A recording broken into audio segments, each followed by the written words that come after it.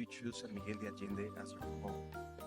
Well, my adult life was divided between New York and Los Angeles, and then when I decided I'd had enough of that and I wanted to move, I wanted a place.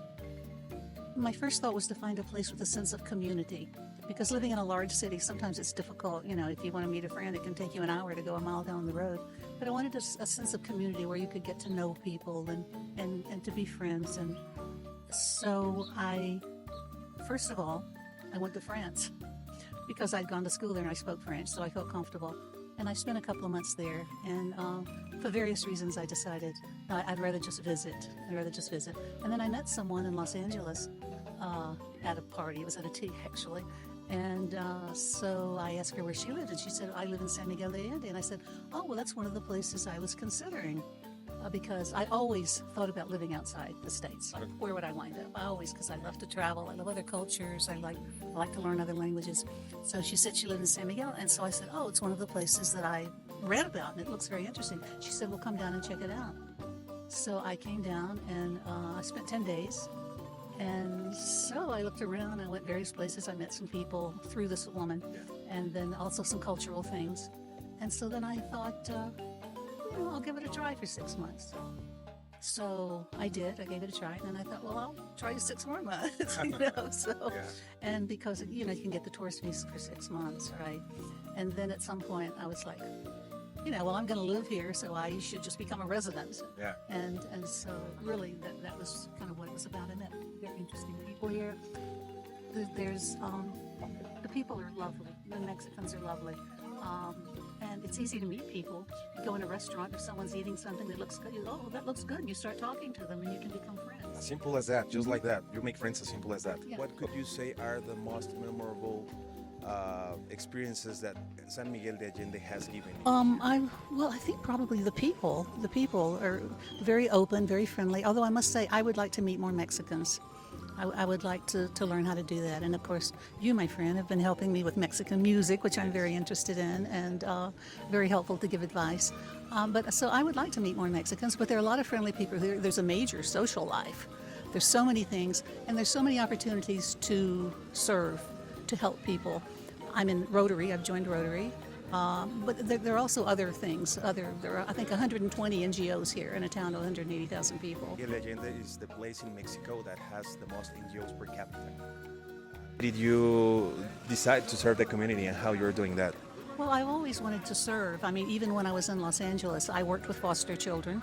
I volunteered, and I also worked. I became a docent at the Getty Villa, which held the antiquities in Los Angeles. So I always was interested in doing that and helping out. Here I had more time. And so in Rotary, this one group that we're working with, Apoyo de Emprendedores, I think is the name of it. There's this wonderful guy, Ezekiel, I don't remember his last name, but he's wonderful. He started this group, micro loans for people who need them. And what we're working on right now is something to increase apprenticeships, to teach skills to people from basically, I guess, the campo, who wouldn't be able to afford to go. And I find that so interesting and such a wonderful thing to do, because skills are important. Not everybody has to go to university, and if you're learning to be an electrician, a plumber, an auto mechanic, those people make really good money. And the changes that it makes to the family, not only the increase in the income that they have, but the self-esteem they have to feel when they can do something that's so worthwhile, the way it affects the whole family. I don't know, it just touches me.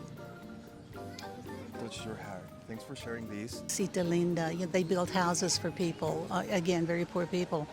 And she invited me to the inauguration of their 150th home they had built for a young couple who had little twin boys. And these people had been living in a house with, I think, 19 people, I don't know, running water, whatever. And the four of them had been sleeping on a mattress, sharing a mattress. And then suddenly this house was built for them. Of course, people have to have some skin in the game. They have certain things they have to do, certain requirements they have to meet. And so I went to this celebration, and it just touched me. I mean, I was in tears, It was so lovely just to see. I mean, they had this little house to themselves, 3 bedrooms. I mean, they're small, but they had running water, things that they'd never had before. I mean, so it's so touching to be a part of something like that, So what's not to like? I mean, it's true that it's better to give than to receive. It is. They say it's another way of being selfish, giving back, because it actually, the feeling is amazing, and that's what San Miguel has to offer you. You know, I've always said San Miguel is more than just beautiful homes and nice restaurants and the social life and dynamics that we have that is very enriching. But it's also about the opportunity to serving back, to giving back, to building something. You can choose any cause you believe in, anything you want to pursue. I'm in the dog stuff also. I'm in the dog welfare. But you can choose anything you want to, and there are a lot of things to do.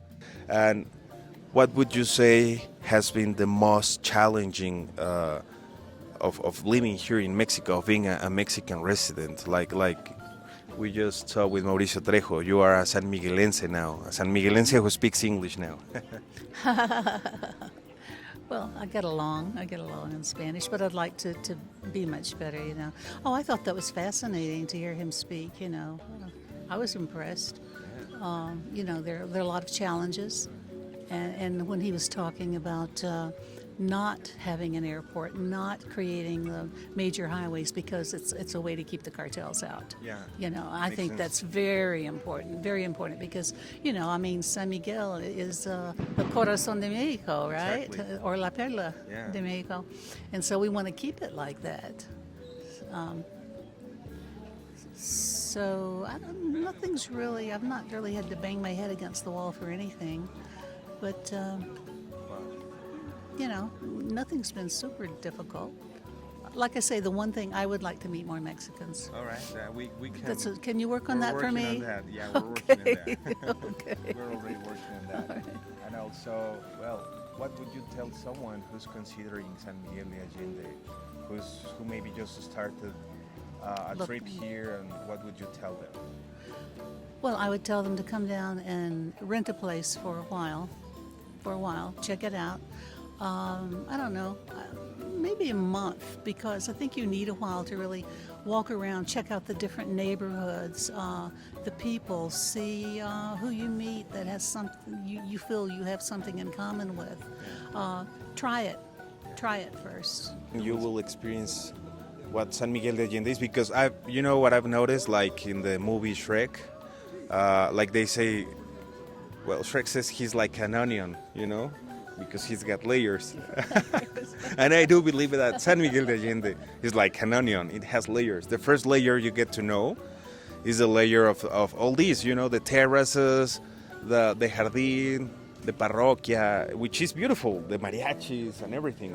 But there is more in San Miguel de Allende, and there's a reason why people, really nice people like you, are choosing this place to call home. Well, you can find pretty much anything you're interested in here. If you're interested in restaurants, somebody told me there's 600 restaurants in San Miguel.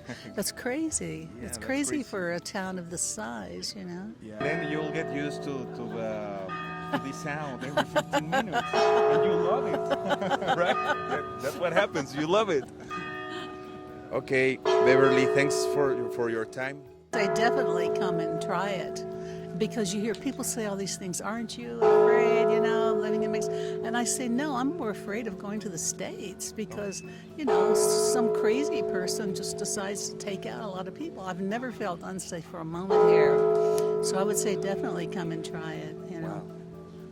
I like it. Thank you, Beverly.